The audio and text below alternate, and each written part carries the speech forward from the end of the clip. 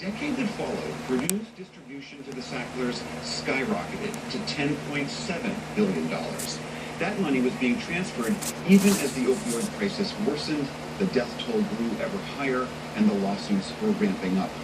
Maura Healey is the Attorney General for Massachusetts, and she's one of the many attorneys general suing Purdue and the Sackler family.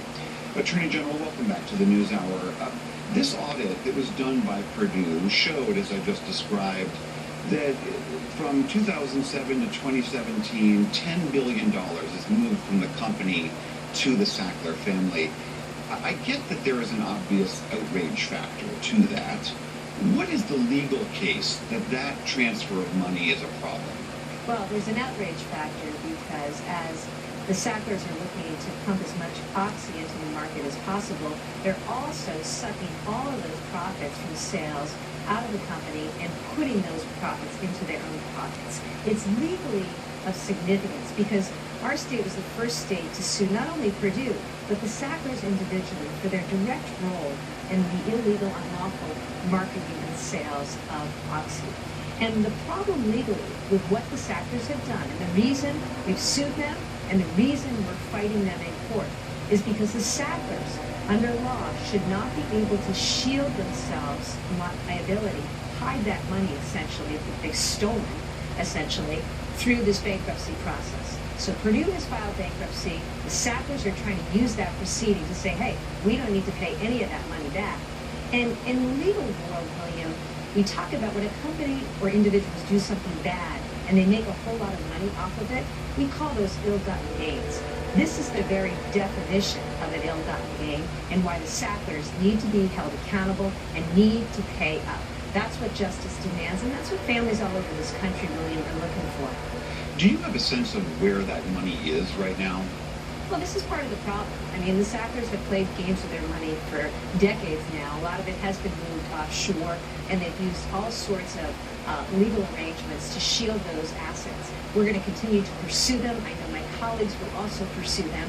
But hopefully what this report shows is essentially what we had alleged at the time we filed our very complaint, that the Sacklers operated through greed, they exploited vulnerable people, they made boatloads of money off of it, and they took all that money for themselves out of the company.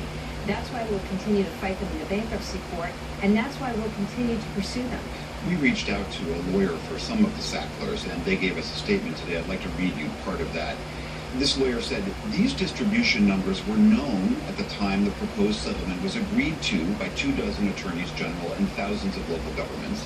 They had been public for months, and this filing reflects the fact that more than half was paid in taxes and reinvested in businesses that will be sold as part of the proposed settlement. The Sackler family hopes to reach a productive resolution for the public benefit. So they're saying everybody knew about this. Most of the money went to taxes and reinvestment. And as you know, they've also put forward this idea that they will pay $3 billion as part of this big national settlement. But I take it from what you're saying, that's not enough. Oh, it's outrageous. I mean, let's be clear, William, right? $10 billion, first of all, we didn't know the extent of everything that they had taken out from the company. And frankly, we still don't know the full extent. More work needs to be done. Second, we don't know the net worth, the value, how much money the Sacklers actually have, because that's important. They're going to be held legally accountable, and they will need to pay up. So they have not been forthcoming with their financial information. This is a family that, through history, has sought to hide their financial assets. They continue to fight us at every turn. Remember here, William, the only reason that we know this information is because Purdue, now in bankruptcy, controlled essentially by another entity, has produced this information. The Sacklers themselves have not been forthcoming.